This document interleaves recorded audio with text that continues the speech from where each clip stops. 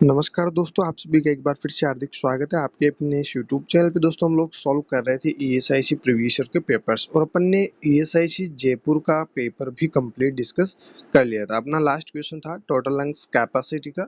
Newborn में total lungs की capacity होती है 150 ml और अब हम डिस्कस करने वाले हैं कुछ गोल्डन की पॉइंट्स जो मैंने आपको कहा था कि नेक्स्ट सेशन के अंदर आपको मिल जाएंगे। चलिए आज हम इन कुछ गोल्डन की पॉइंट्स को पढ़ेंगे, इसके बाद हम ईएसआईसी अहमदाबाद का पेपर डिस्कस करेंगे। तो चलिए शुरुआत करते हैं। पहले अपन कुछ गोल्डन की पॉइंट्स जो यहाँ पे दिए हुए हैं वो सारे के सारे पढ़ लेते हैं और इनको अच्छे से याद जरूर कर लेना।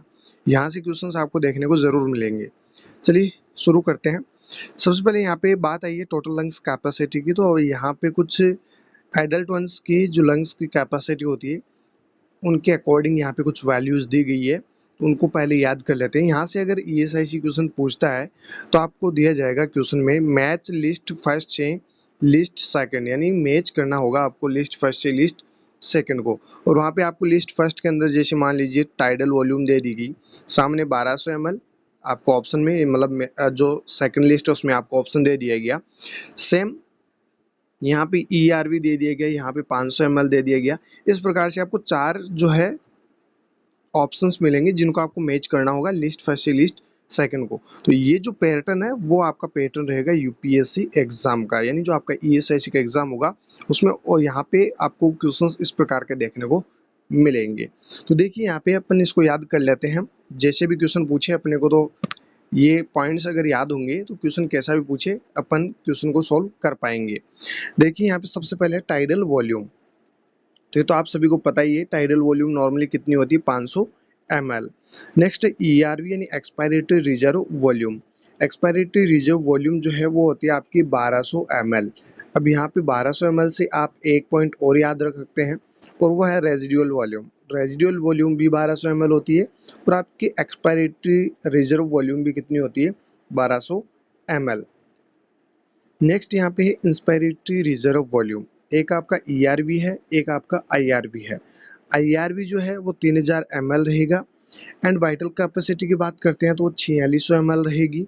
इंस्पायरेटरी कैपेसिटी देखिए यहाँ पे इंस्पायरेटरी रिजर्व वॉल्यूम जो है वो 3000 ml है। इंस्पायरेटरी कैपेसिटी रहेगी आपकी कितनी, 3500 ml। वाइटल कैपेसिटी 4600 ml होगी। नेक्स्ट आती है आपकी फंक्शनल रेजिडुअल कैपेसिटी। जो फंक्शनल रेजिडुअल कैपेसिटी है वो 2300 ml रहेगी। एंड बात करते हैं टोटल लंग्स के कैपेसिटी की। टोटल लंग्स कैपेसिटी जो आपकी रहेगी वो रहेगी टोटल आपके 5800 ml। तो यहाँ से ये आपको नॉर्मल जो वैल्यू दी गई है, tidal volume, ERV, IRV, RV, VC, ठीक है, एफआरसी जो भी है, टीएलसी, ये सारे के सारे आपको क्या करने हैं, याद करने हैं। ये वैल्यू आपको याद होनी चाहिए, यहाँ से क्वेश्चन बन सकता है। चलिए नेक्स्ट बात करते हैं इम्यूनाइजेशन के बारे में। इम्यूनाइजेशन का वैसे मैं आपको एक न्यूली शेड्यूल जरूर प्रोवाइड करवा दूंगा इम्यूनाइजेशन टॉपिक को लेकर। और ये 2023 के बाद में जो भी इम्यूनाइजेशन में चेंजेस वगैरह किए गए हैं वो सारे के सारे अपडेट आपको उसके अंदर मिल जाएगी। चलिए यहाँ पे बात करते हैं, ये एनक्लेक्स बेसिस कुछ गोल्डन पॉइंट्स आपको दिए जा रहे हैं। तो यहाँ पे उतनी डिटेल तो नहीं मिल पाएगी, लेकिन जब इम्यूनाइजेशन शेड्यूल में आपको बताऊंगा तो सारी की सारी डिटेल्स वहाँ पे मिल जाएगी।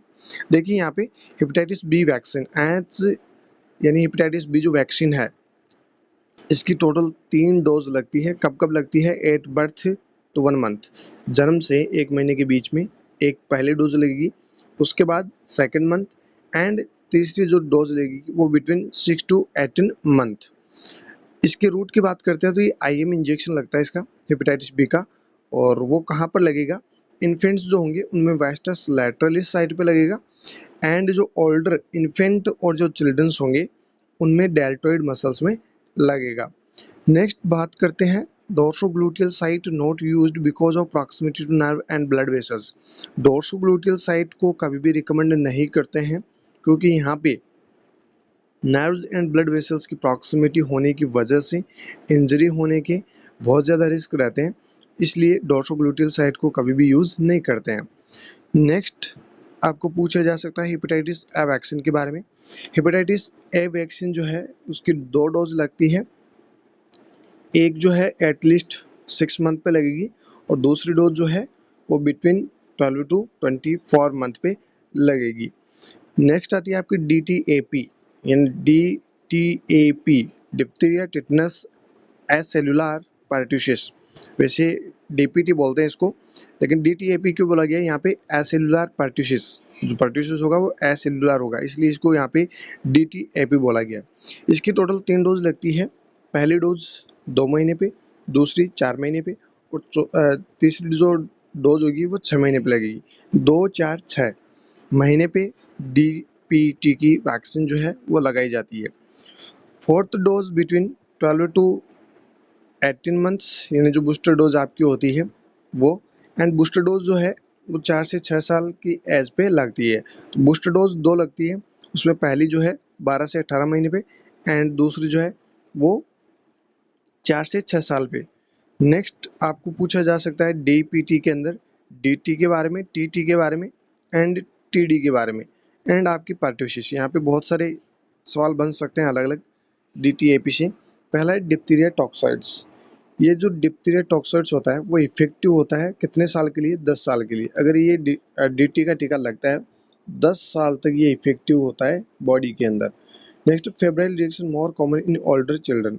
ओल्डर चिल्ड्रंस में फेब्राइल रिएक्शन देखने को मिल सकते हैं इस इंजेक्शन की वजह से, यानी बुखार वगैरह हो सकती है, इसीलिए पैरासीटामोल की टेबलेट उन बच्चों को साथ में दी जाती है। नेक्स्ट क्वेश्चन क्या है? नेक्स्ट अपना point, tetanus toxoid nearly 100% effective. Tetanus toxoid जो है वो 100% इफेक्टिव होती है। Induces immunity for about 10 years, give at 5 year interval if there is possibility to contaminated wound. देखिए, अगर कंटामिनेटेड वुंड है और ऐसा पॉसिबिलिटी आपको लग रही है कि टिटनस हो सकता है, तो उसमें ये उस पर्सन में 5 साल के इंटरवल से टीटी का इंजेक्शन लगवा सकते हैं। अदरवाइज ये इम्यूनिटी जो है 10 साल के लिए प्रोवाइड करवाता है। आपका टीटी जो वैक्सीन आता है 10 साल के लिए आपको इम्यूनिटी प्रोवाइड करवाता है। नेक्स्ट है टीडी। टीडी अभी ऑलमोस्ट लग रहा है जो भी प्रेगनेंसीज आती है उनमें भी टीडी लगाया जा रहा है। Tetanus and diphtheria toxoids for adults recommended every 10 years after last booster at about 5 year of age, administered to children older than as 7 years not previously immunized। देखिए, अभी जो ड्यूटी है वो एडल्ट वन के लिए है और रिकमेंड किया गया है कि 10 साल के बाद, यानी एवरी 10 ईयर से टीडी का वैक्सीन लगवा लेना चाहिए। एंड आफ्टर लास्ट बूस्टर, या फिर लास्ट बूस्टर डोज जो आपके लगा है at about 5 year of age, और इसके 10 साल बाद आपको क्या करवाना है? टीडी का टीका लगवाना है। नेक्स्ट बात करते हैं administer to children older then.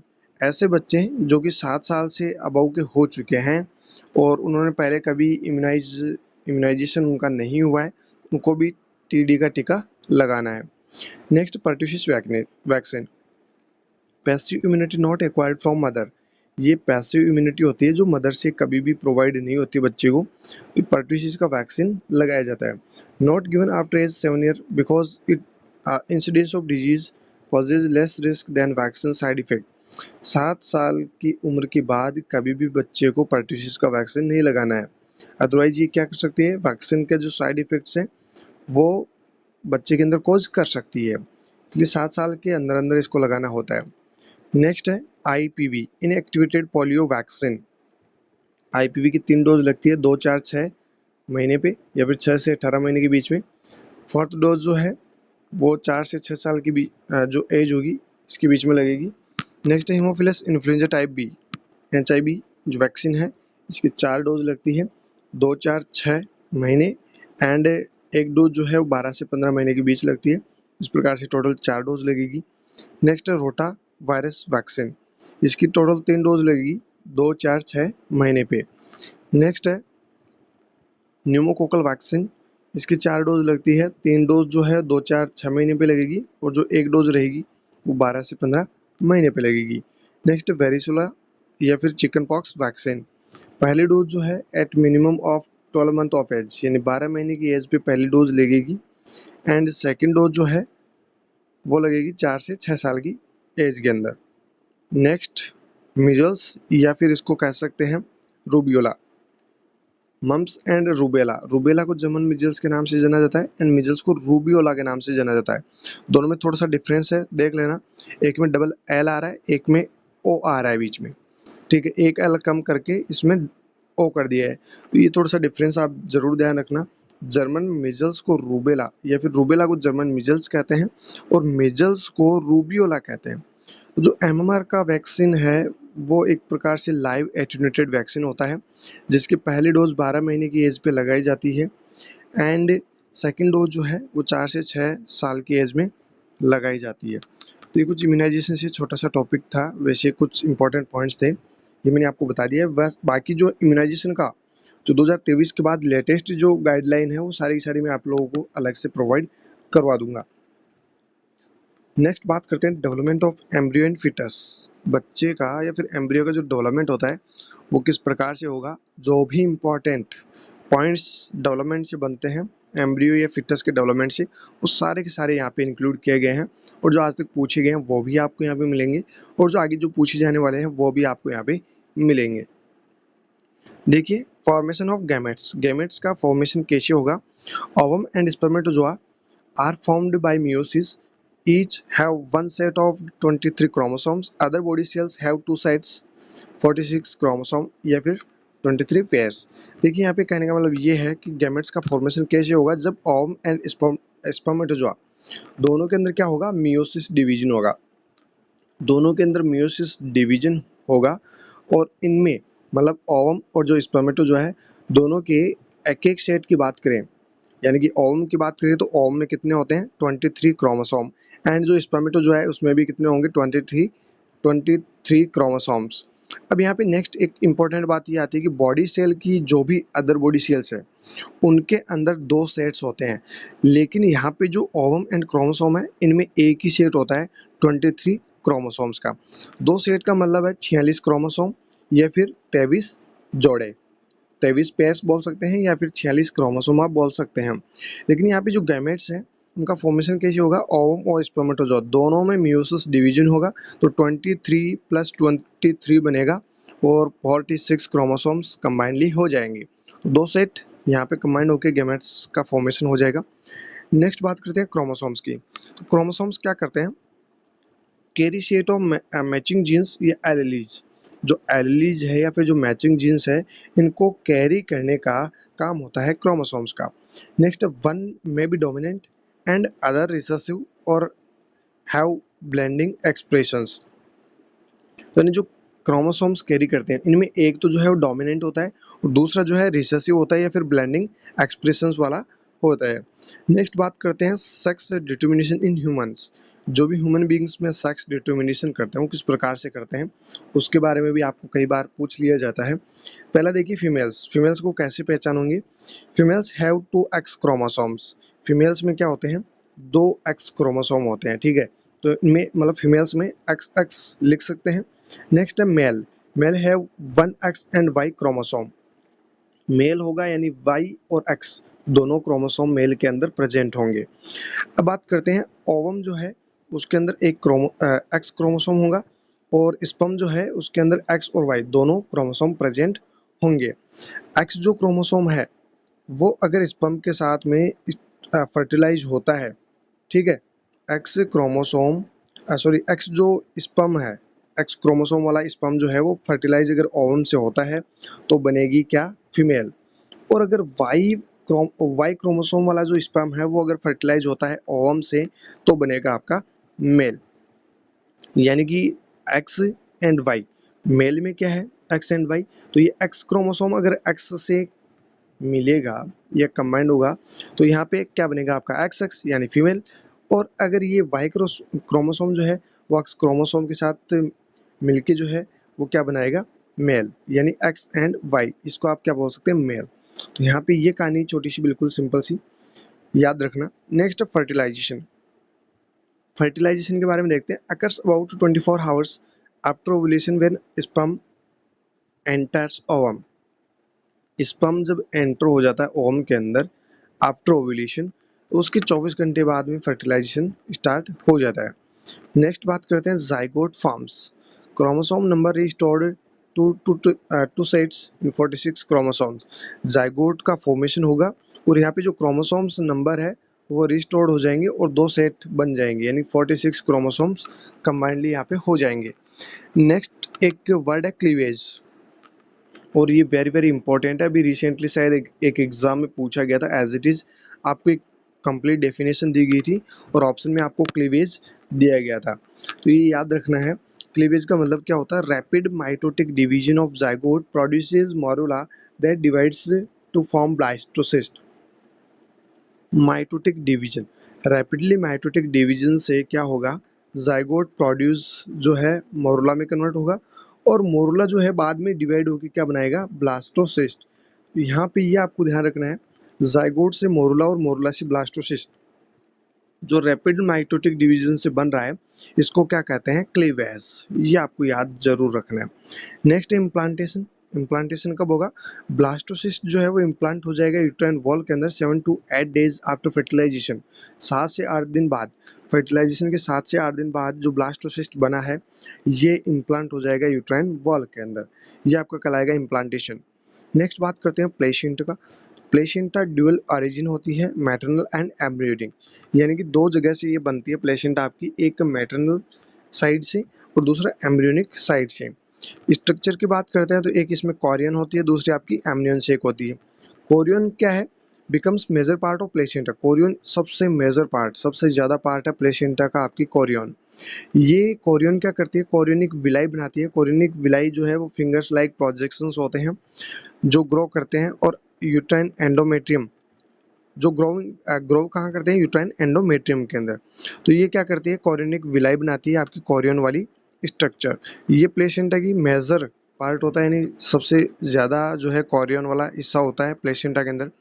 Next है एमनियन सेक। एमनियन सेक जो होता है वो एम्ब्रियो के चारों तरफ, सराउंडिंग चारों तरफ होती है आपकी amnion sac. Contains amniotic fluid at 48 to 40 46 to 48 days gestation. जैसे ही गेस्टेशन पीरियड 46 से 48 दिन का होता है, उस दौरान एमनियोटिक फ्लूइड होता है वो आपका एमनियोटिक सेक के अंदर प्रेजेंट होगा। तो ये आपको याद रखना है। एमनियोटिक जो एमनियन सेक है वो तो एम्ब्रियो के चारों तरफ रहेगी, और प्लेसेंटा का मेजर पार्ट है कोरियन। जो बच गया वो वाला पार्ट है आपका कोरियन। कोरियन जो है कोरियनिक विलाई बनाता है जो फिंगर लाइक प्रोजेक्शंस होते हैं, और ये कहाँ ग्रो करता है? आपकी कोरियनिक विलाईज कहाँ पे बनती है? आपकी यूट्राइन एंडोमेट्रियम में। नेक्स्ट बात करते हैं प्लेसेंटा के फंक्शंस की। ये भी इंपॉर्टेंट सवाल यहाँ से बन सकता है। Site for interchange of food gases and waste between mother and embryo या फिर फिटस। जो प्लेसेंटा होती है वो क्या काम करती है? मेन जो पहला काम है वो है, ये वो साइट है जहाँ पर फूड का इंटरचेंज होगा, गैसेज का इंटरचेंज होगा, और जो वेस्ट प्रोडक्ट्स है उनका भी इंटरचेंज होगा मदर एंड एम्ब्रियो के बीच में। नेक्स्ट है प्रोड्यूस एस्ट्रोजन, प्रोजेस्टेरोन, एसीटीएच यानी adrenocorticotrophic hormone, human chorionic gonadotropin, HCG and HBL, human placental lactogen. तो यहाँ से ये इंपॉर्टेंट सवाल बन सकता है कि प्लेसेंटा से कौन कौन से हार्मोन्स जो है वो रिलीज होते हैं। तो आपको आंसर में करंट देना है। एस्ट्रोजन भी होगा, प्रोजेस्टेरोन भी होगा, एसीटीएच भी होगा, एचसीजी भी होगा और एचपीएल भी होगा। तो ये जो है 1 2 3 4 5 यानी 5 आपके हार्मोन्स रिलीज होते हैं। कहाँ से? प्लेसेंटा से। नेक्स्ट है protective barrier against harmful effect of some drugs and micro organisms. Placenta का एक इंपॉर्टेंट फंक्शन और है, और वो फंक्शन है ये एज ए प्रोटेक्टिव बैरियर का काम करती है। जो भी हार्मफुल इफेक्ट्स हो सकते हैं, जैसे ड्रग्स हो या फिर कोई माइक्रो ऑर्गेनिज्म हो, तो उनके हार्मफुल इफेक्ट से बचाने का काम भी करती है कौन? प्लेसेंटा। नेक्स्ट है अम्बिलिकल कॉर्ड। अम्बिलिकल कॉर्ड की लोकेशन की बात करते हैं तो in centre portion of placenta, placenta जो है उसके जस्ट सेंटर वाले पोर्शन से ये क्या होती है? अम्बिलिकल कॉर्ड कनेक्ट रहती है। Okay, attached to the foetus structure and functions. और यहाँ पे आपका जो फिटस है उससे क्या रहेगी? नेवलर कॉर्ड से ये अटैच रहेगी। तो प्लेसेंटा और जो फिटस है इसके बीच का जो कनेक्शन है वो होता है अम्बिलिकल कॉर्ड। ठीक है। नेक्स्ट है जो अम्बिलिकल कॉर्ड है इसमें क्या प्रेजेंट होता है? एक आपकी होती है वेन, और यहाँ पे दो होती है आर्टरीज। एक वेन, दो आर्टरीज, ये याद रखना। ये सरकारी सवाल है, सरकारी एग्जाम्स में बहुत बार पूछा जा चुका है और आगे भी पूछा जाएगा। अम्बिलिकल कॉर्ड में एक वेन, दो आर्टरीज होती है। वेन जो है उसका काम होता है transport maternal nourishment from placenta to foetus. Vein जो होती है वो जितना भी मैटरनल नरिशमेंट है जो बच्चे को देना होता है वो प्लेसेंटा के थ्रू फिटस को प्रोवाइड करवाने का काम करती है। और जो दो आर्टरीज है ये ट्रांसपोर्ट करती है वेस्ट मटेरियल को, कहाँ से, फिटल वेस्ट को प्लेसेंटा के थ्रू, प्लेसेंटा के अंदर जो है ट्रांसपोर्ट करने का काम होता है आपके आर्टरीज का। तो ये याद रखना, दो वेन एक वेन और दो आर्टरीज होती है अम्बिलिकल कॉर्ड के अंदर, इनका काम क्या होता है ये भी आपको याद रखना। नेक्स्ट वॉर्टन्स जेली, ये प्रोटेक्टिव कवरिंग होती है सराउंडिंग कॉर्ड, ये जो कॉर्ड है अम्बिलिकल कॉर्ड इसके चारों तरफ की प्रोटेक्टिव कवरिंग होती है जिसको कहते हैं हम वॉर्टन्स जेली। नेक्स्ट बात करते हैं एम्ब्रियोनिक डेवलपमेंट की। एम्ब्रियोनिक डेवलपमेंट कैसे होगा, ठीक है, और क्या क्या चेंजेस कब कब देखने को मिलेंगे। पहला है conceptus, embryo during first 2 months, foetus thereafter. पहले 2 महीने तक जो एम्ब्रियो होता है वो कंसेप्टस होता है, उसके बाद में फिटस कहलाता है। फर्स्ट 8 वीक ऑर्गेनोजेनेसिस, पहले जो 8 सप्ताह होंगे उनमें क्या क्या होगा वो देखिए। पहले 8 सप्ताह में होगा organogenesis, rapid growth and development of organs, देखिए रैपिडली ग्रोथ एंड डेवलपमेंट होगा ऑर्गन्स का। Interference can cause irreparable foetal damage, interference जो है वो में भी कॉज कर सकता है फिटल डैमेज को। Pre conception counselling include avoidance of alcohol, tobacco, illegal and over the counter drug, यानी कि यहाँ पे यानी जब पहले जो 8 सप्ताह होते हैं इस दौरान प्री कंसेप्शन काउंसलिंग जो है मदर को दी जाती है, या फिर मतलब कंसेप्शन से पहले भी ये काउंसलिंग दे सकते हैं कि आपको किसी भी प्रकार से अल्कोहल वगैरह, टोबैको वगैरह, इलीगल कोई भी जो भी मतलब सब्सटेंसेज है वो नहीं लेने हैं, ना ही कोई ओवर द काउंटर ड्रग, मतलब पेट दर्द हुआ आपने कोई दवाई खा ली बिना किसी डॉक्टर के परमिशन के तो आपको कोई ना कोई दिक्कत हो सकती है, तो ऐसी काउंसलिंग जो है वो आपको पहले ही दे देनी है। नेक्स्ट बात करते हैं एट 14 डे, 14 दिन पे क्या होगा। 14 दिन पे देखिए क्या होगा, हार्ट बिगिंस टू बीट, दिल में धड़कन आ जाएगी, है ना, हार्ट जो है वो बीट करने लग जाएगा। Brain early spinal cord and muscle segment present, brain जो है वो डेवलप होने स्टार्ट हो जाएगा, स्पाइनल कॉर्ड भी बनने लग जाएगी एंड मसल सेगमेंट्स जो है वो प्रेजेंट हो गए। कब, 14 दिन की बात हो रही है। नेक्स्ट है एट 30 डेज, 30 दिन पे क्या होगा, एम्ब्रियो जो है उसकी साइज जो है 0.6 से 1.2 सेंटीमीटर जो है एम्ब्रियो की लेंथ हो जाएगी। कब, 30 दिन पे। डेफिनेट फॉर्म, यानी कि बच्चा जो है वो डेफिनेटली क्रिएट हो जाएगा। अम्बिलिकल कॉर्ड बिकम्स विजिबल, और अम्बिलिकल कॉर्ड जो है वो अच्छे से विजिबल हो सकती है कब, 30 दिन पे। नेक्स्ट है 8 31 to 36 डेज, 31 से 36 दिन पे क्या होगा, both arms and legs are digits but may be webbed, यानी जो दोनों हाथ और पैर है वो दिखने स्टार्ट हो जाएंगे। 46 to 48 डेज की बात करते हैं, 46 से 48 दिन पे क्या होगा, cartilage in upper arms replaced by the first born cell, जो कार्टिलेज है अपर आर्म के वो रिप्लेस हो जाएगी फर्स्ट बॉर्न सेल के अंदर, ठीक है। नेक्स्ट है एंड ऑफ 8 वीक, जब 8 सप्ताह खत्म होने वाले होंगे तब क्या क्या होगा, ऑर्गन सिस्टम और जो एक्सटर्नल स्ट्रक्चर है वो रिकॉग्नाइजेबल हो जाएगी। अब बात करते हैं फिटल डेवलपमेंट की। यहाँ पे 8 वीक से पहले जो है एम्ब्रियोनिक डेवलपमेंट हो रहा था, अब फिटल डेवलपमेंट होगा। दो आपको यहाँ पे इम्पोर्टेंट जो भी सवाल बनेंगे वो embryonic development and foetal development से बनेंगे। देखिए जो दो आपने हम पढ़ेंगे जो 2 पॉइंट्स, एम्ब्रियोनिक और फिटल डेवलपमेंट, इसमें अपन फिटल डेवलपमेंट भी देखते हैं, यहाँ से बहुत सारे क्वेश्चंस पहले पूछे जा चुके हैं और आगे भी पूछे जाएंगे। एट 9 वीक, 9 वीक पे क्या होगा, genital begins to differentiate, fully differentiate by 12 week, 12 week पे फुली डिफ्रेंशिएट हो जाएंगे जेनेटल्स, लेकिन 9 वीक पे जो है डिफ्रेंशिएट होना स्टार्ट हो जाएंगे।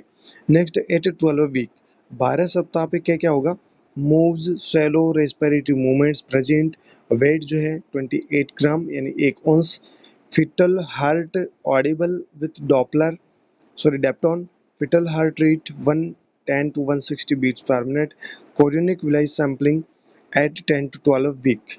यहाँ पे देखिए जो इंपॉर्टेंट सवाल बनते हैं, कोरियोनिक विलाइज सैम्पलिंग कब ली जाती है, तो आपको आंसर में करना है 10 to 12 वीक, 10 से 12 सप्ताह पे।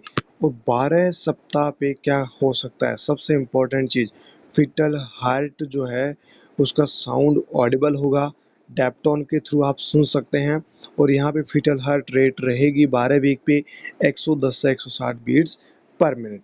ये वेरी वेरी इंपॉर्टेंट है। कोरियोनिक विलाइस सैम्पलिंग लेंगे एक तो 10 से 12 वीक पे, और एक एफएचआर जो है वो हम डेप्टोन के थ्रू सुन सकते हैं। ओके, नेक्स्ट बात करते हैं एट 16 टू 20 वीक। 16 से 20 वीक पे क्या होगा, फिटल मूवमेंट जो है वो मदर को फेल्ट होंगे, यानी आप कह सकते हैं 18 वीक एवरेज, ठीक है। 18 वीक पे मदर को पहली बार बच्चे के मूवमेंट्स फील होते हैं, जिसको हम कहते हैं क्विकनिंग। इस टर्म को हम क्या कहते हैं, क्विकनिंग। यहाँ पे बच्चे का वेट जो है वो 170 ग्राम हो जाएगा, यानी 6 औंस के बराबर हो जाएगा। 20 से 25 सेंटीमीटर यानी 8 से 10 इंच जो है वो बच्चे की लेंथ हो जाएगी। 200 ml एमनियोटिक फ्लूइड यहाँ पे देखने को मिलेगा।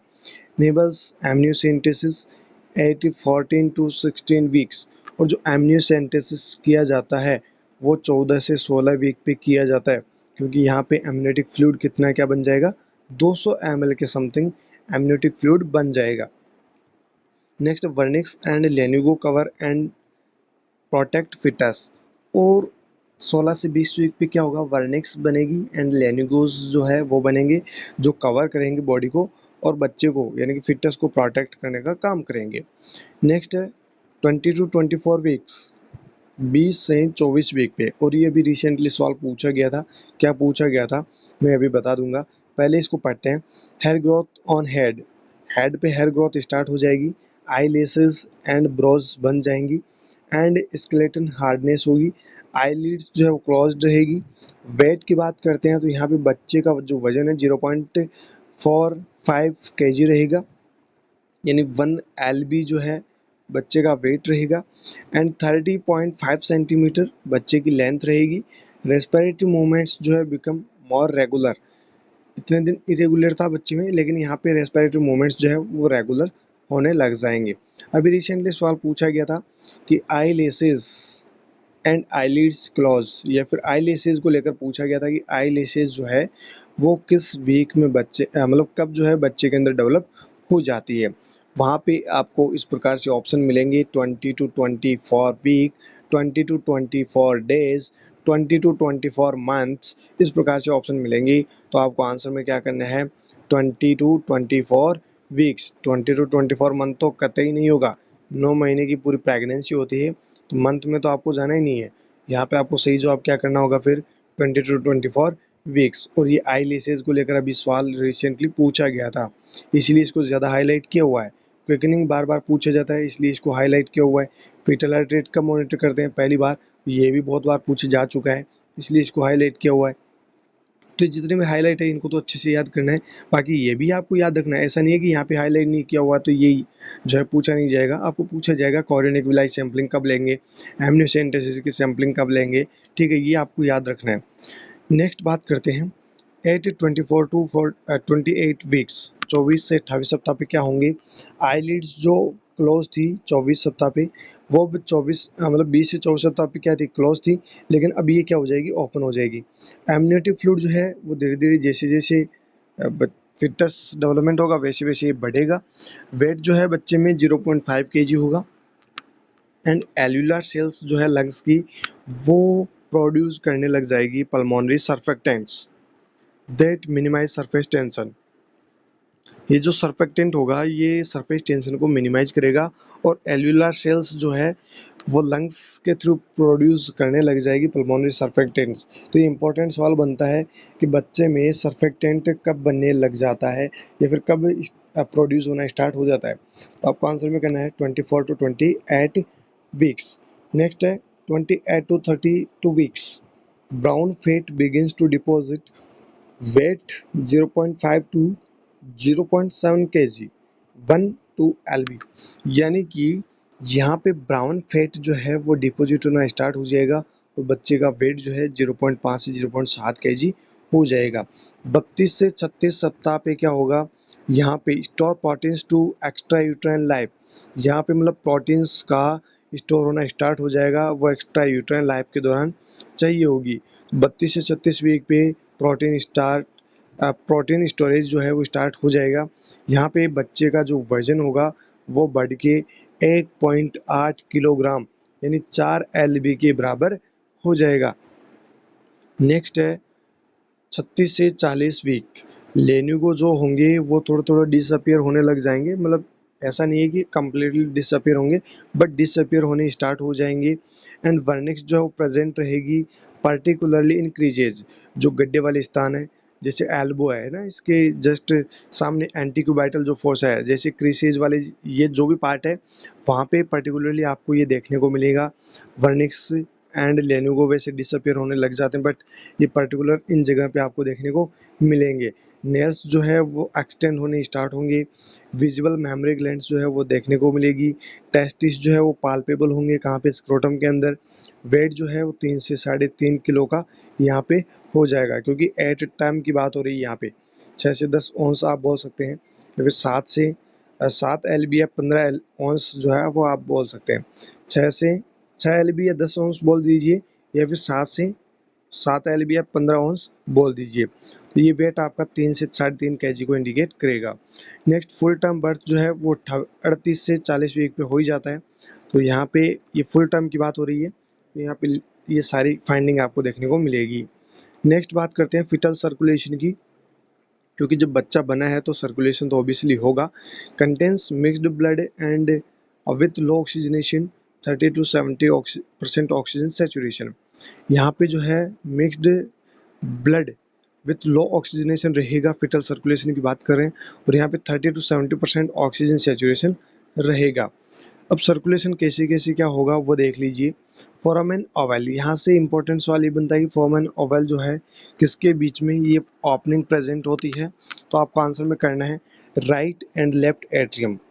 Are A and L A दोनों के बीच में जो ओपनिंग होगी वो होगी आपकी foramen ovale. Foramen ovale F O, okay. और ये फीटल लंग्स के अंदर ये एक बाईपास ओपनिंग होती है। नेक्स्ट है डक्टस आर्टियोसस। डक्टस आर्टियोसस एक कनेक्शन होता है जो होता है आपका pulmonary trunk and iota.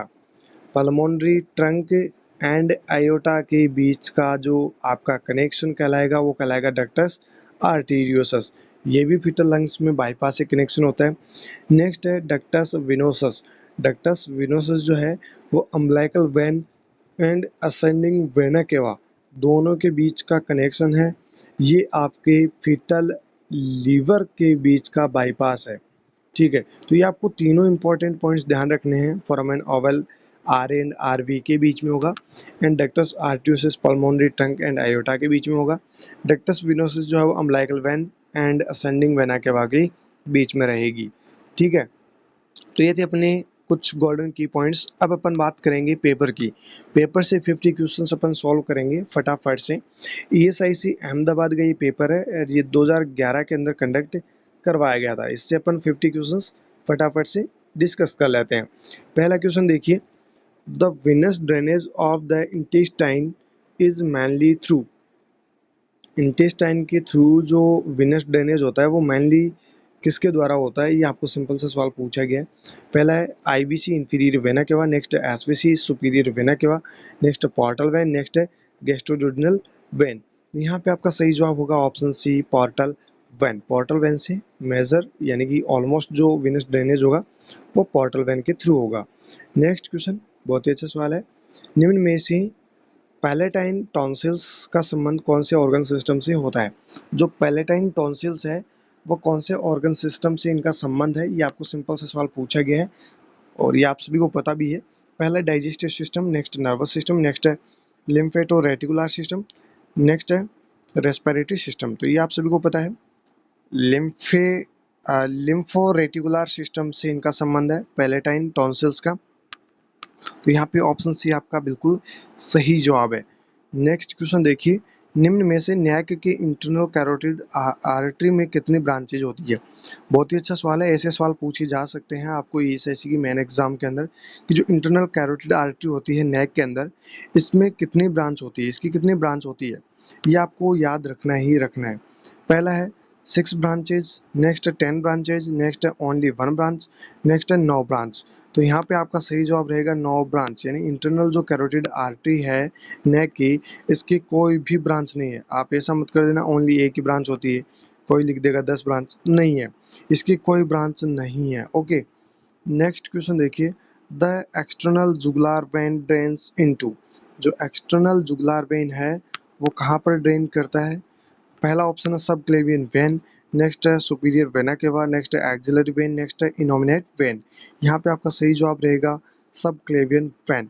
External jugular when जो है वो ड्रेन कहाँ करती है? सब क्लेवियन वेन के अंदर।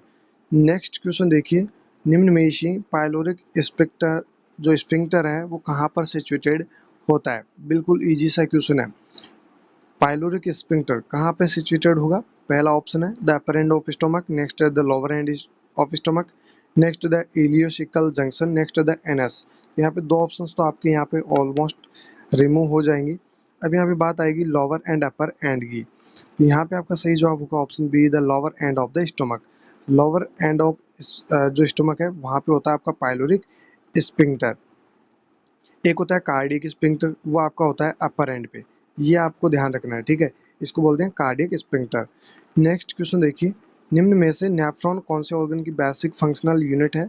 या फिर आप यूँ कह सकते हैं कि नेफ्रॉन जो है किसकी बेसिक फंक्शनल यूनिट है? यहाँ पे वैसे ऑर्गन का नाम पूछा गया है, कोई बात नहीं। पहला ऑप्शन है nervous system, next circulatory system, next brain, next kidney. तो यहाँ पे आपका सही जवाब हो जाएगा किडनी।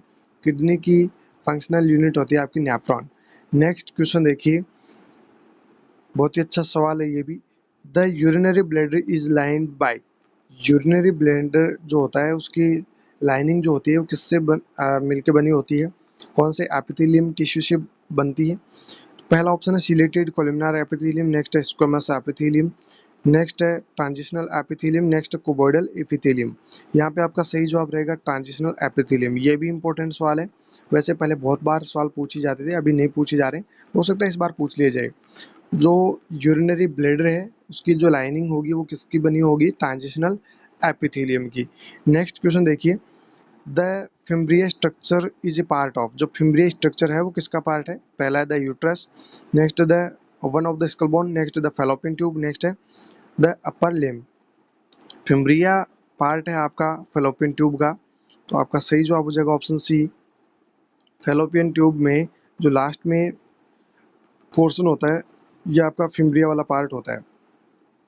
नेक्स्ट क्वेश्चन देखिए, निम्न में से महिलाओं में गर्भाशय यानी कि यूट्रस कौन सी पोजीशन या सिचुएशन में पाया जाता है?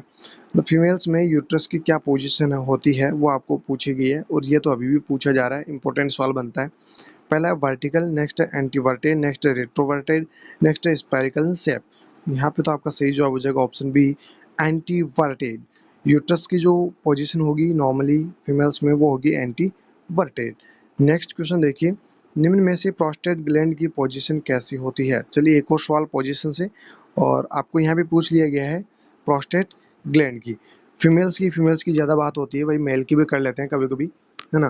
तो यहाँ पे देखिए प्रोस्टेट ग्लैंड को लेकर आपको सवाल पूछा गया है कि उसकी पोजीशन किस प्रकार की होगी। तो ऑप्शन देखिए, पहला है posterior to the anal canal, next है anterior to the anal canal, next है superior to the urinary bladder, next है लेटरल टू द यूट्रस। यहाँ पे आपका सही जवाब होगा option B, anterior to the anal canal. Anal canal के जस्ट एंटीरियर साइड में जो है प्रोस्टेट ग्लैंड सिचुएटेड होती है। नेक्स्ट क्वेश्चन देखिए, the sperm and ovum contains each, जो स्पर्म और जो ओवम है वो क्या कंटेन करते हैं? अभी भी अपन ने जो गोल्डन की पॉइंट्स पढ़े हैं वहाँ पे अपन ने बात की है। पहला ऑप्शन देखिए diploid number of chromosome, diploid का मतलब हो गया 46 क्रोमोसोम। नेक्स्ट है हैप्लॉयड नंबर ऑफ क्रोमोसोम यानी 23 chromosome. Next 23 pair of chromosome, तो ये तो आपका 23 पेयर्स बोल दीजिए या फिर 46 क्रोमोसोम बोल दीजिए। नेक्स्ट है 23 plus 1 number of chromosome, 23 he chromosome होते हैं, प्लस 1 नंबर नहीं लगता है, ठीक है, ये तो फिर क्रोमोसोमल एबनॉर्मलिटी के अंदर आएगा। तो यहाँ पे जो आपका सही जवाब रहेगा वो रहेगा option B, haploid number of chromosome. Sperm हो एंड ओवम हो, दोनों ही क्या होते हैं? 23, यानी वन सेट क्रोमोसोम के साथ में होते हैं, 23 इसमें होंगे, 23 क्रोमोसोम इसमें होंगे। अभी अभी अपन ने गोल्डन की पॉइंट्स के अंदर इस क्वेश्चन के बारे में कंप्लीटली अपने डिस्कस कर लिया है।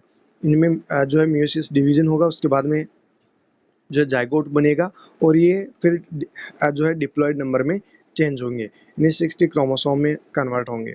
तो पहले ये हैप्लॉइड नंबर में ही होते हैं, इसलिए यहाँ पे सिंपल सा आपको यही सवाल पूछा गया है कि स्पर्म और ओवम क्या कंटेन करते हैं, कितने कितने क्या जो है क्रोमोसोम्स में इनमें होते हैं। तो ये हैप्लॉइड नंबर में होते हैं, यानी 23 नंबर में होंगे।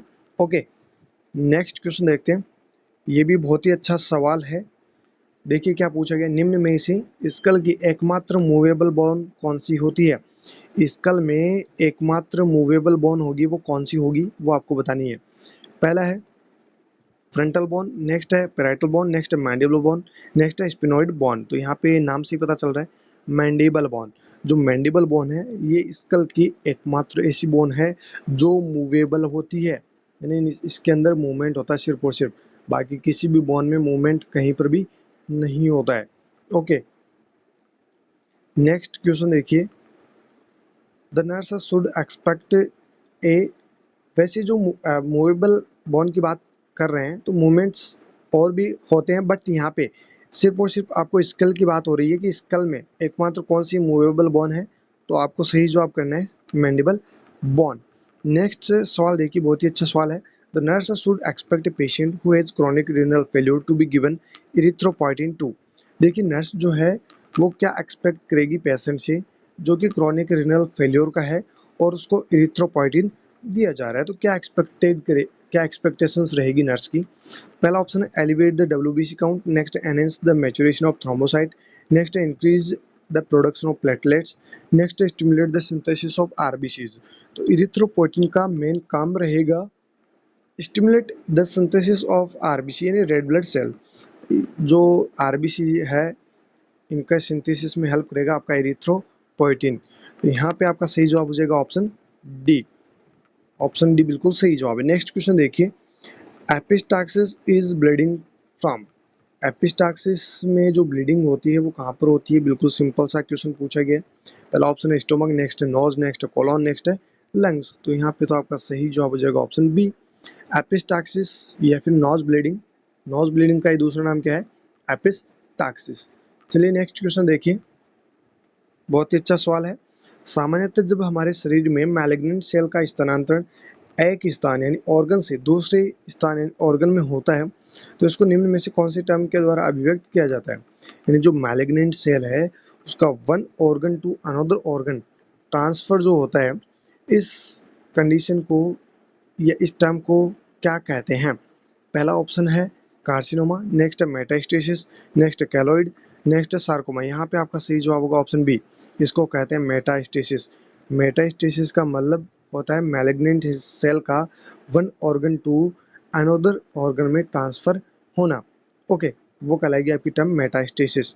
नेक्स्ट क्वेश्चन देखिए, the most common acute complication following fracture of longs bone. यानी जो लॉन्ग बोन्स है इनके अंदर जो मोस्ट कॉमन कॉज होता है या फिर कॉम्प्लिकेशन होता है फ्रैक्चर का वो क्या होगा।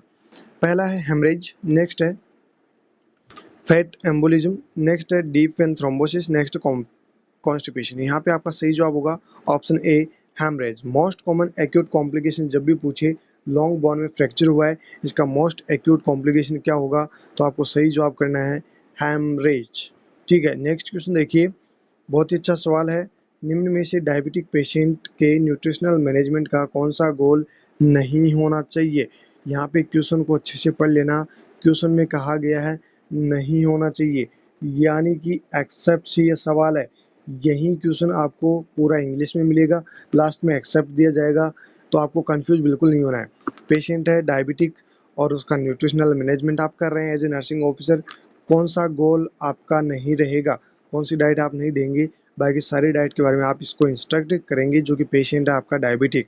पहला ऑप्शन है मीटिंग एनर्जी नीड, बिल्कुल सही बात है। नेक्स्ट है इंक्रीज ब्लड शुगर लेवल, तो ऐसी डाइट नहीं देंगे। Next achieve and maintenance of reasonable weight, ये भी सही बात है। Provision of all foods constituents, example vitamins and minerals, ऐसे फूड्स जिनमें हर प्रकार की जो भी प्रोटीन्स है, मिनरल्स है एंड कार्बोहाइड्रेट है, हर चीज़ से मतलब हर चीज़ जो भी फूड्स के थ्रू मिले वो भी देंगे। तो यहाँ पे सारे सही है। सभी डाइट्स जो है वो आप दे सकते हैं, कौन सी नहीं देनी है ये आपको पूछा गया। तो यहाँ पे ऑप्शन बी आपका सही जवाब हो जाएगा कि ब्लड शुगर लेवल जिनमें इंक्रीज होता है वो आपको नहीं देनी, क्योंकि पेशेंट ऑलरेडी डायबिटिक है, और ज़्यादा लेवल बढ़ेगा तो और ज़्यादा जो है पेशेंट की कंडीशन ख़राब होती जाएगी। नेक्स्ट क्वेश्चन देखिए, बहुत ही अच्छा सवाल है। जब हमारे शरीर में डब्ल्यूबीसी यानी वाइट ब्लड सेल्स की संख्या नॉर्मल से भी कम हो जाती है तो ऐसी कंडीशन में निम्न में से कौन सी टर्म के द्वारा व्यक्त किया जाता है। यहाँ पे आपको टर्मिनोलॉजी से सवाल पूछा गया है। डब्ल्यूबीसी की संख्या अगर कम हो रही है, नॉर्मली डब्ल्यूबीसी कितनी होती है एडल्ट वन के अंदर, 6000 से 11000, ये नॉर्मली एडल्ट वन के अंदर होती है आपकी डब्ल्यूबीसी। और अपन ने प्रीवियस जो शुरुआत था, मतलब शुरुआत में जब अपन ने एक पेपर डिस्कस किया था उसमें अपन ने कुछ गोल्डन की पॉइंट्स पढ़े थे। वहाँ पे मैंने आपको न्यूबॉर्न केयर के बारे में बताया था। वहाँ पे मैंने आपको डब्ल्यूबीसी भी बताई थी कि नॉर्मली न्यूबॉर्न में डब्ल्यूबीसी कितनी होती है, तो वो याद रखना क्योंकि वहाँ से सवाल पूछा जाता है। 6000 से लेकर 20 से या 22,000 के समथिंग जो है नॉर्मली डब्ल्यूबीसी होती है न्यूबॉर्न बेबीज़ के अंदर। तो जब भी सवाल न्यूबॉर्न बेबी या इन्फेंट का दिया जाता है और डब्ल्यूबीसी आपको 16,000 18,000 ऐसे दी जाती है, मतलब ये वैल्यू क्या है, नॉर्मल है। इस ऑप्शन के साथ कतई आपको नहीं जाना होता है। ओके, बाकी जो एबनॉर्मल वैल्यू होती है वो आपको फाइंड आउट करनी है और उस ऑप्शन के साथ में आपको जाना होता है। ठीक है, तो यहाँ पे ध्यान रखना नॉर्मली डब्ल्यूबीसी कितनी होती है। अब देखिए यहाँ पे सवाल ये पूछना चाह रहा है कि अगर कम हो जाए डब्ल्यूबीसी तो इस टर्म को क्या कहेंगे। पहला है पॉलीसाइथेमिया, नेक्स्ट है ल्यूकेमिया, नेक्स्ट है ल्यूकोपीनिया, नेक्स्ट है नॉन ऑफ द अबव। यहाँ पे आपका सही जवाब हो जाएगा ऑप्शन सी ल्यूकोपीनिया। डब्ल्यूबीसी कम होना मतलब ल्यूकोपीनिया।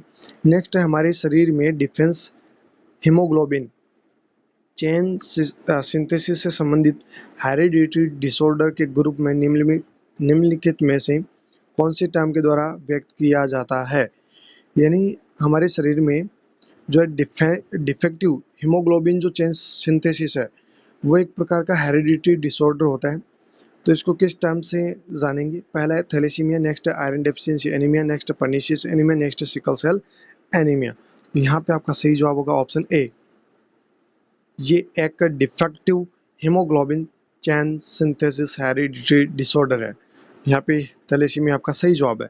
नेक्स्ट क्वेश्चन देखिए, when A clot develops in the vein as a result of stasis but without inflammation, the proceeds the termed as। यहाँ पर भी टर्मिनोलॉजी से ही सवाल पूछा गया है कि जब क्लॉट डेवलप हो वेन के अंदर और वो स्टेसिस हो विदाउट एनी इन्फ्लामेशन के, तो इस टर्म को क्या कहेंगे।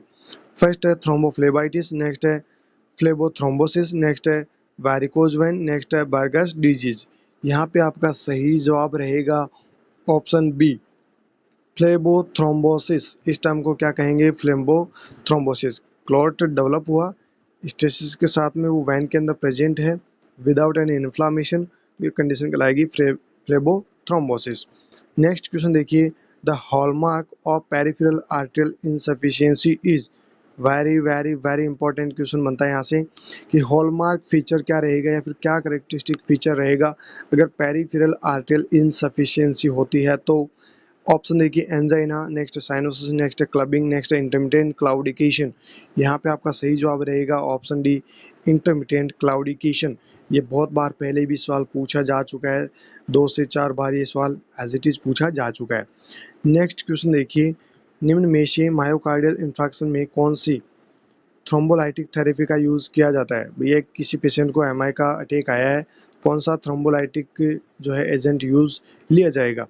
पहला है नाइट्रोग्लिसरीन, नेक्स्ट है हिपेरिन, नेक्स्ट है मॉर्फिन सल्फेट। तो ये तीनों ही थ्रोम्बोलाइटिक एजेंट नहीं है। यहाँ पे आपका सही जवाब रहेगा ऑप्शन डी स्ट्रेप्टोकाइनेज, ये एक थ्रोम्बोलाइटिक एजेंट है। नेक्स्ट क्वेश्चन देखिए, the removal of an entire lungs is called as. मतलब ऑल ओवर लंग्स को क्या करना, रिमूव कर लेना, क्या कहलाता है। पहला ऑप्शन है लॉबेक्टमी, नेक्स्ट है सेगमेंटेक्टमी, नेक्स्ट है न्यूमिनेक्टमी, नेक्स्ट है वैज रिसेक्शन। यहाँ पे आपका सही जवाब रहेगा ऑप्शन सी न्यूमिनेक्टमी। अगर एंटायर लंग्स को रिमूव कर रहे हैं तो इसको कहते हैं न्यूमिनेक्टमी। नेक्स्ट क्वेश्चन देखिए, बहुत ही अच्छा सवाल है। एक कोलियो सॉरी एक कोलिलिथियासिस एंड कॉमन बाइल डक्ट में ऑब्स्ट्रक्शन वाले पेशेंट में नर्स के अनुसार मुख्यतः सबसे ज़्यादा निम्न में से कौन सी क्लिनिकल फाइंडिंग प्रकट होती है। तो ये पेशेंट है एक, जिसमें क्या हो रखा है, कोलीलिथियासिस हो रखा है, या फिर आप कह सकते हैं कॉमन बाइल डक्ट जो है उसमें ऑब्स्ट्रक्शन हो रखा है। तो बताइए नर्स को, या फिर जो नर्स इस पेशेंट को असेस कर रही है, इस पेशेंट में कौन सी क्लिनिकल फाइंडिंग जो है वो नर्स को देखने को मिलेगी। फर्स्ट है स्ट्रोक कलर्ड यूरिन, नेक्स्ट है yellow sclera, next dark brown stool, next bright red tongue. यहाँ पे आपका सही जवाब रहेगा option B, yellow sclera. Common bile duct में ऑब्स्ट्रक्शन हुआ है या फिर कोलीलिथियासिस हुआ है, तो येलो स्क्लेरा जो है वो देखने को मिलेगी। ये फाइंडिंग जो है नर्स को देखने को मिलेगी, यानी इसको क्या हो सकता है, जॉइंडिस। ओके, तो जॉइंडिस होगा तो येलो स्क्लेरा देखने को मिलेगी। नेक्स्ट क्वेश्चन देखिए, एक पेशेंट में हिपेटिक एंसेफेलोपैथी का डायग्नोस हुआ है, यानी कि पेशेंट है जो कि हिपेटिक एंसेफेलोपैथी का है। नर्स के अनुसार पेशेंट की डाइटरी ट्रे में निम्न में से कौन से फूड आइटम्स को रिमूव किया जाना चाहिए। जो नर्सिंग ऑफिसर है उसके अनुसार पेशेंट की जो डाइटरी ट्रे है, इनमें से कौन से फूड आइटम्स को बाहर निकालने यानी रिमूव करना है। पहला है pasta, next spinach, next fresh fruits, next है एग्स। तो यहाँ पे जो आपका सही जवाब रहेगा वो रहेगा ऑप्शन डी, एग्स। अगर हिपेटिक एंसेफेलोपैथी किसी पर्सन को हो रखी है तो उसको एग्स नहीं खिलाने हैं, बाकी जो तीन आपको यहाँ पे डाइटरी सोर्स दे रखे हैं, तीनों के तीनों फूड आइटम आप दे सकते हो। नेक्स्ट क्वेश्चन देखिए, एक पेशेंट में सेप्टिक शॉक जो है वो डायग्नोस हुआ है। नर्स के अनुसार पेशेंट में सेप्टिक शॉक की मुख्यतः इंडिकेटिव फाइंडिंग्स निम्न में से कौन सी होती है। पेशेंट है सेप्टिक शॉक का, और नर्स को ये बताना है कि कौन सी क्लिनिकल फाइंडिंग इस पेशेंट में देखने को मिलेगी। पहला है ब्रेडिकार्डिया, नेक्स्ट है flush appearance, next cool and clammy skin, next है S1 गैलप। यहाँ पे आपका सही जवाब रहेगा फ्लैश्ड अपीयरेंस। सेप्टिक शॉक में क्या होगा, फ्लैश्ड अपीयरेंस जो है वो देखने को मिलेगा। नेक्स्ट क्वेश्चन देखिए, सामान्यतः डाइजोक्सिन ड्रग लेने वाले पेशेंट्स को नर्स के द्वारा निम्न में से कौन सी क्लिनिकल फाइंडिंग प्रकट होने पर तुरंत रिपोर्ट करने की सलाह दी जानी चाहिए। वेरी वेरी इंपॉर्टेंट क्वेश्चन है कि ऐसी कौन सी वो फाइंडिंग हो जिसको, या फिर वो फाइंडिंग अगर पेशेंट में डेवलप होती है, पेशेंट डाइजोक्सिन खा रहा है और वो फाइंडिंग अगर उस पेशेंट में डेवलप होती है तो पेशेंट को नर्स समझाएगी, मतलब जो नर्स है वो पेशेंट को समझाएगी कि आपको ऐसी फाइंडिंग अगर दिखे तो तुरंत आपको रिपोर्ट करना है। कौन सी वो फाइंडिंग है, पहला है ringing in the ear, next loss of appetite, next sign of bruising, next sensitivity to sunlight. यहाँ पे आपका सही जवाब रहेगा option B, loss of appetite. Loss of appetite अगर डाइजोक्सिन की वजह से हो रहा है तो तुरंत क्या करना है आपको, एज ए जो नर्सिंग ऑफिसर आप पेशेंट को समझा रहे हैं, पेशेंट आपको क्या करे, रिपोर्ट करे। नेक्स्ट क्वेश्चन देखिए, बहुत ही अच्छा सवाल है, which of the following action would a nurse take first when caring for a patient experiencing a cardiac arrest. देखिए पेशेंट है कार्डियक अरेस्ट का, और एज ए नर्सिंग ऑफिसर आप सबसे पहले कौन सा एक्शन लेंगी।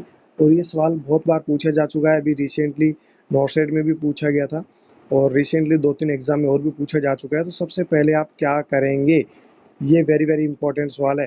कार्डियक अरेस्ट का पेशेंट है, पहला ऑप्शन देखिए इनिशिएट कार्डियक मॉनिटरिंग, नेक्स्ट है प्रोवाइड IV एक्सेस, नेक्स्ट है establish an open airway, next obtain pulse oximetry reading. यहाँ पे आपका सही जवाब रहेगा option C, establish an open airway. Airway जो है वो ओपन करना आपका सबसे पहला प्रायोरिटी एक्शन रहेगा। नेक्स्ट क्वेश्चन देखिए, which of the following is manifestation would a nurse expected to identify when assessing a patient who has atrial fibrillation. देखिए पेशेंट है आर्टियल फिब्रिलेशन का, तो नर्स को कौन सी फाइंडिंग, कौन सा क्लिनिकल फीचर जो है वो देखने को मिलेगा। पहला ऑप्शन है pounding headache, next visual disturbance, next irregular radial pulse, next है एलिवेटेड ब्लड प्रेशर। यहाँ पे आपका सही जवाब रहेगा आर्टियल फिब्रिलेशन अगर हो रखा है तो इरेगुलर रेडियल पल्स उस पेशेंट में देखने को मिलेगी। ठीक है, नेक्स्ट क्वेश्चन देखिए, एक मैकेनिकल वेंटिलेटर पर रहने वाले पेशेंट को पेशेंट की केयर के दौरान नर्स को निम्न में से कौन से कॉम्प्लिकेशन का असेसमेंट आवश्यक रूप से किया जाना चाहिए। पेशेंट है मैकेनिकल वेंटिलेटर पे और नर्स जो है उसको केयर दे रही है, नर्स जो है उसको कौन सा कॉम्प्लिकेशन देखने को मिल सकता है जिसका असेसमेंट जो है नर्स उस पेशेंट के अंदर करते रहेगी। पहला ऑप्शन है फ्लेल चेस्ट, नेक्स्ट है प्लूरल इफ्यूजन, नेक्स्ट है न्यूमोथोरेक्स, नेक्स्ट है पल्मोनरी एम्बोलस। यहाँ पे आपका सही जवाब होगा option C, pneumothorax. Pneumothorax complication होने के रिस्क रहते हैं, इसलिए नर्स को जो है मैकेनिकल वेंटिलेटर पे जो भी पेशेंट्स होते हैं उनमें इस कंडीशन को असेस करते रहना चाहिए कि ये कंडीशन डेवलप ना हो। ठीक है, नेक्स्ट क्वेश्चन देखिए, while a patient who has Hodgkin's disease is receiving chemotherapy, is it important to assess the patient for symptom of Hodgkin's disease जो है एक पेशेंट को हो रखी है और उसको कीमोथेरेपी दी जा रही है। अब यहाँ पे ये पूछना चाह रहे हैं कि कौन सा जो सिम्टम है वो आप इस पेशेंट में असेस करेंगे। पहला ऑप्शन है थ्रोम्बस फॉर्मेशन, नेक्स्ट है एसाइटिस, नेक्स्ट है इन्फेक्शन, नेक्स्ट है स्प्लेनोमेगेली। यहाँ पे आपका सही जवाब रहेगा ऑप्शन सी, इन्फेक्शन। इसको इन्फेक्शन होने के बहुत ज़्यादा रिस्क रहेंगे, तो ये असेसमेंट आपको करते रहना है इस पेशेंट के अंदर। नेक्स्ट क्वेश्चन देखिए, बहुत ही अच्छा सवाल है ये भी। एक पेशेंट को ब्लड ट्रांसफ्यूजन किया जा रहा है और लगभग 30 मिनट बाद पेशेंट नर्स से ब्रीदिंग डिफिकल्टी की कंप्लेंट करता है। नर्स के अनुसार इस सिचुएशन में निम्न में से कौन सा इंटरवेंशन यथाशीघ्र किया जाना चाहिए। यानी कि नर्स जो है एक पेशेंट को ब्लड ट्रांसफ्यूजन कर रही है और 30 मिनट बाद पेशेंट नर्स को कह रहा है कि मुझे सांस लेने में दिक्कत हो रही है। ऐसे कंप्लेन पेशेंट ने आपको की है, एज ए नर्सिंग ऑफिसर आप वहाँ पे काम कर रहे हैं। बताइए आप एज ए नर्सिंग ऑफिसर सबसे पहले कौन सा इंटरवेंशन या फिर क्या काम करेंगे। मैंने अभी अभी रिसेंटली जो प्रीवियस नॉर से मतलब अपन ने कुछ गोल्डन की पॉइंट्स पढ़े थे, वहाँ पर भी अपन ने डिस्कस किया था इसके बारे में। यानी प्रीवियस पेपर में गोल्डन पॉइंट में नहीं था, शायद पेपर के अंदर क्वेश्चन था एज इट इज, तो अपन ने वहाँ पे डिस्कस किया था कि सबसे पहले आपको काम करना होता है stop the transfusion. Blood transfusion को क्या करना है, सबसे पहले स्टॉप करना है, एंड देन जो बाकी रिमेनिंग जो ऑप्शंस है वो आप पढ़ लीजिए। ठीक है, ये काम आपको बाद में करने होते हैं, सबसे पहला काम करना होता है आपको stop the transfusion. Next question देखिए, निम्न में से हेपेरिन थेरेपी ले रहे पेशेंट के लिए कौन सी लैब वैल्यू सबसे महत्वपूर्ण होती है।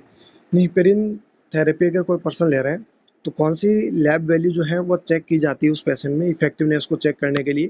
पहला HB, next LFT, next PT, next TLC. यहाँ पे आपका सही जवाब होगा option C, PT. PT level check करते हैं हिपेरिन थेरेपी जो भी ले रहा है उसकी इफेक्टिवनेस को चेक करने के लिए। अब सवाल यहाँ से वारफेरिन थेरेपी का भी बन सकता है सेम एज इट इज, सिर्फ यहाँ पे वारफेरिन वर्ड लिख दिया जाए तो यहाँ पे एक ऑप्शन और आपको दी जाएगा फिर एपीटीटी। ठीक है, वारफेरिन अगर वर्ड लिख दिया जाए तो यहाँ पे एक ऑप्शन और मिलेगा एपीटीटी, और आपको एपीटीटी सही जवाब कर देना है। चलिए नेक्स्ट क्वेश्चन देखिए, the doctors order is 500 ml NS in 4 hours, calculate ml पर हावर। देखिए बिल्कुल सिंपल सा क्वेश्चन आपको पूछा गया है कि डॉक्टर ने ऑर्डर दिया है कि 500 ml जो नॉर्मल सेलाइन है वो आपको 4 घंटे के अंदर देना है। तो बताइए कितना ml आप पर घंटे दोगे जिससे कि ये आपका 500 ml NS जो है वो 4 घंटे के अंदर पूरा हो जाए। तो यहाँ पे ऑप्शंस देखिए, पहला ऑप्शन है 100 ml पर हावर, नेक्स्ट 125 ml पर हावर, नेक्स्ट 50 ml पर हावर, नेक्स्ट है 75 ml पर हावर। यहाँ पे आपका सही जवाब हो जाएगा ऑप्शन बी, 125 ml पर हावर। देखिए इसको निकालने का सिंपल सा फॉर्मूला है वॉल्यूम अपॉन टाइम। ये मैंने आपको प्रीवियस पेपर में भी ऐसा क्वेश्चन पूछा गया था, वहाँ पर भी बताया था। तो 500 को 4 से डिवाइड कीजिए, 4 से आप डिवाइड करेंगे 1 एंड 2, 8 बच गए 2, 20 यानी 5। तो यहाँ पे 120 ml पर हावर आपका जो है सही जवाब आ जाएगा। नहीं समझ में आया तो मैं फिर से इसको समझा देता हूँ। देखिए ऐसा क्वेश्चन जब भी आपको पूछा जाता है तो यहाँ पे इसका फॉर्मूला होता है total volume upon total time. Total volume आपको दे रखा है 500 ml एंड टोटल टाइम आपका 4 घंटे। अब देखिए 4 से इसको 500 को डिवाइड कीजिए, यहाँ पे आप कट करेंगे तो पहले एक बार जाएगा, ठीक है, यहाँ पे वैल्यू एक बच जाएगी, मतलब 10 आपके हो जाएंगे, 2 बार जाएगा 4 दूनी 8, फिर आपके बच जाएंगे 2 यानी 20। तो 20 में जो है पूरा पूरा भाग चला जाएगा तो यानी 5 बार जाएगा तो 125 ml पर हावर आपका सही जवाब आ जाएगा। नेक्स्ट क्वेश्चन देखिए, निम्न में से एबीजी एनालिसिस में पीएच वैल्यू की नॉर्मल रेंज कितनी होती है। बिल्कुल सिंपल सा क्वेश्चन पूछा गया, पीएच की नॉर्मल वैल्यू आपको बतानी है एबीजी एनालिसिस के अंदर। पहला है 7.30 to 7.40, नेक्स्ट है 7.45 to 7.55, नेक्स्ट है 7.35 to 7.45, नेक्स्ट है 7.0 to 7.10। यहाँ पे आपका सही जवाब होगा option C, 7.35 to 7.45। 4 5। Next question देखिए, universal precautions are must in all except one. देखिए एक्सेप्ट से क्वेश्चन पूछा गया है कि जो यूनिवर्सल प्रिकॉशंस है वो हर जगह ज़रूरी होता है, एक जगह को छोड़कर या फिर एक कंडीशन को छोड़कर। पहला, फ्रीक्वेंट हैंड ब्लड सैंपलिंग बिल्कुल ज़रूरी है। ब्लड सैंपलिंग ले रहे हो तो 100% ज़रूरी है। ईटी सक्शनिंग कर रहे हो तो भी यूनिवर्सल प्रिकॉशंस ज़रूरी है। आरटी एस्पिरेशंस कर रहे हो तो भी ब्लड जो है आपको यूनिवर्सल प्रिकॉशंस की ज़रूरत है। लेकिन अगर आप किसी पर्सन का ब्लड प्रेशर चेक कर रहे हैं तो इसमें यूनिवर्सल प्रिकॉशंस की ज़रूरत है। हैंड वॉशिंग आप कर सकते हैं, बाकी इसमें यूनिवर्सल प्रिकॉशंस की ज़रूरत नहीं पड़ेगी। ठीक है, नेक्स्ट क्वेश्चन देखिए, व्हाइल एडमिनिस्ट्रिंग डाइजोक्सिन ऑलवेज। देखिए जब भी डाइजोक्सिन किसी पर्सन को एडमिनिस्टर करनी होती है तो आपको क्या करना है। पहला ऑप्शन है look for any new arrhythmias, next keep watch for serum potassium, next check the heart rate for the patient and if the heart rate is less than 60 minute inform the doctor before giving the drug. यानी कि यहाँ पे last option all of the above, यहाँ पे आपका सही जवाब होगा ऑल ऑफ दी अबव। यहाँ पे जो तीनों कंडीशंस है ये तीनों की तीनों चेक करनी होती है जब आप किसी भी पेशेंट को डाइजोक्सिन दे रहे होते हैं। अगर 60 बीट्स पर मिनट से कम अगर हार्ट रेट है तो इस पेशेंट को आपको ड्रग एडमिनिस्टर नहीं करनी है, आपको क्या करना है, डॉक्टर को इन्फॉर्म करना है। ठीक है, न्यू एरिदमिया तो नहीं है, ये आपको चेक कर लेना है। सीरम पोटेशियम लेवल जो है वो भी आपको चेक करते रहना है। ठीक है, नेक्स्ट क्वेश्चन देखिए, when giving Ambu bag resuscitation then the nurse ensure. देखिए एम्बू बैग से आप क्या कर रहे हैं, रिससिटेशन दे रहे हैं, तो बताइए नर्स यहाँ पे क्या इंश्योर करेगी। The airway is kept open, next complete seal of the mask, next oxygen is connected to Ambu bag, next all of the above. यहाँ पर भी आपका सही जवाब रहेगा all of the above. Airway को ओपन रख सकते हैं एम्बू बैग से। कंप्लीट सील टू मास्क, ये मतलब कंप्लीटली कवर करता है मास्क के रूम में। एंड O2 जो है वो कनेक्ट रहता है एम्बू बैग के थ्रू, ऑक्सीजन कनेक्टेड रहेगा। यहाँ पे ऑल ऑफ द अबव जो है वो आपका सही जवाब है। नेक्स्ट क्वेश्चन देखिए, a patient is about to receive blood transfusion, the responsibility of the nurse include all the following except। देखिए जब ब्लड ट्रांसफ्यूजन किसी पेशेंट को देना है तो नर्स की सभी रेस्पॉन्सिबिलिटी है। ठीक है, एक को छोड़कर कौन सी वो रेस्पॉन्सिबिलिटी है जो नहीं है नर्स की। पहला ऑप्शन है check the blood for compatibility and compatibility report, बिल्कुल सही बात है, ज़रूरी है, ये रेस्पॉन्सिबिलिटी है। Next check client's temperature, patient का टेम्परेचर भी चेक करना है, ये भी ज़रूरी है। Identify the correct patient and get the blood counter checked by doctor.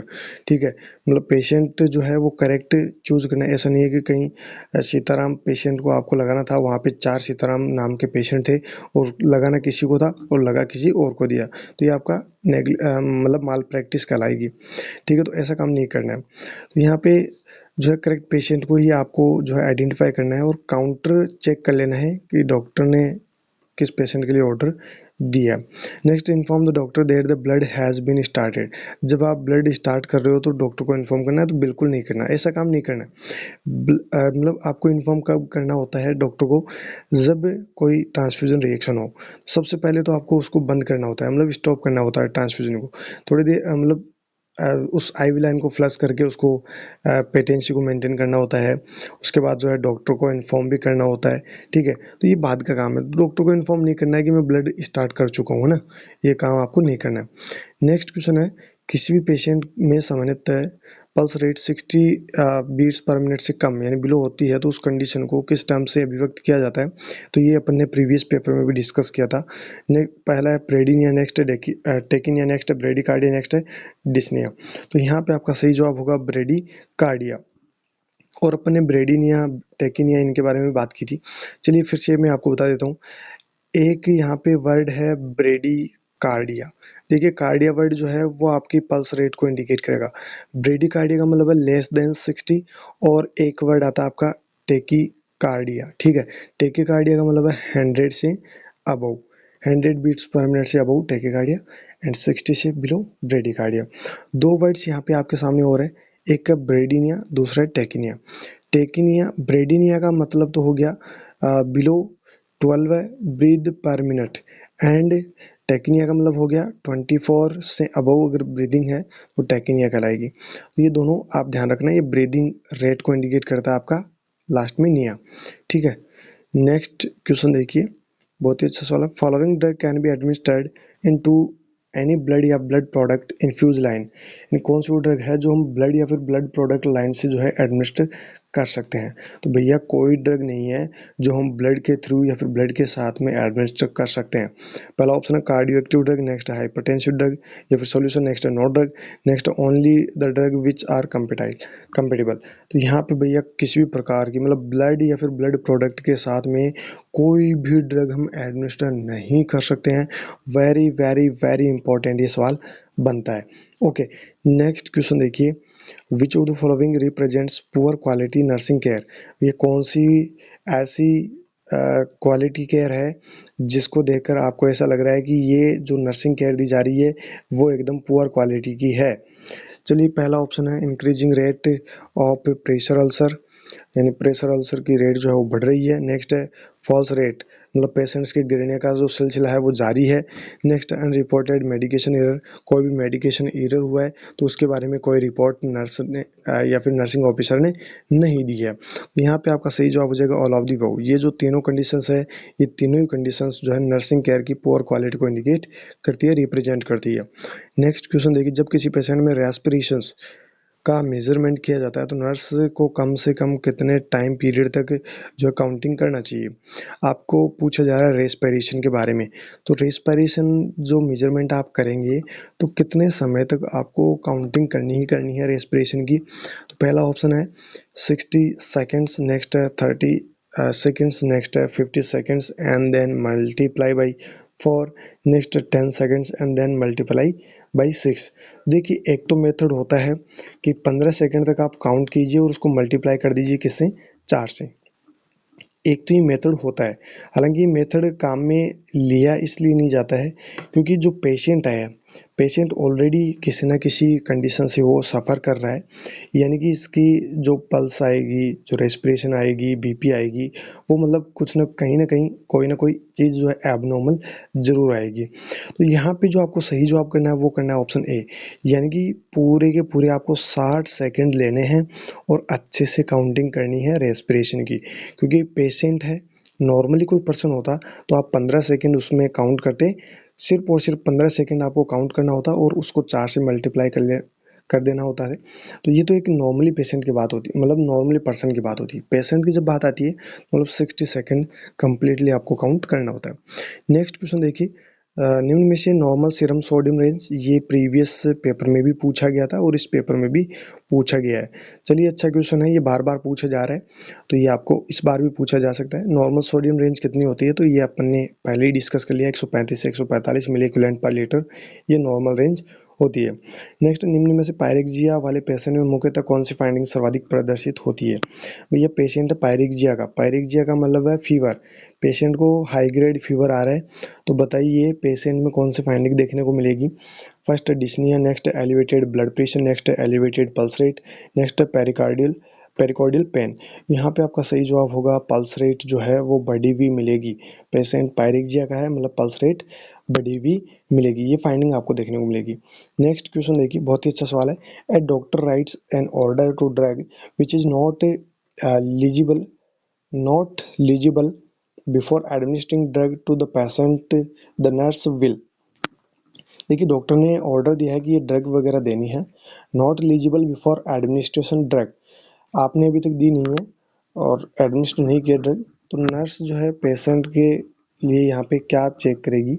पहला ऑप्शन देखिए, use her knowledge about drug and administer, next will check the another nurse and administer, next will ask the doctor to write the drug legibly and then administer, next will check with the pharmacy.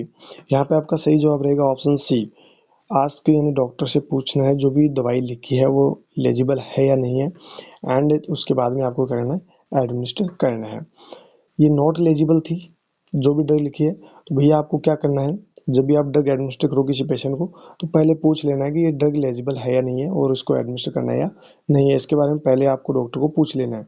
ये यहाँ पे आपका as a nursing officer काम रहेगा। Next question देखिए, medicine that must be checked by 2 nurse are. देखिए, जो medications है उनको 2 नर्स के द्वारा चेक किया जाता है, तो यहाँ पे ये पूछना चाह रहा है क्यों करते हैं, 2 नर्स के द्वारा क्यों चेक करवाते हैं।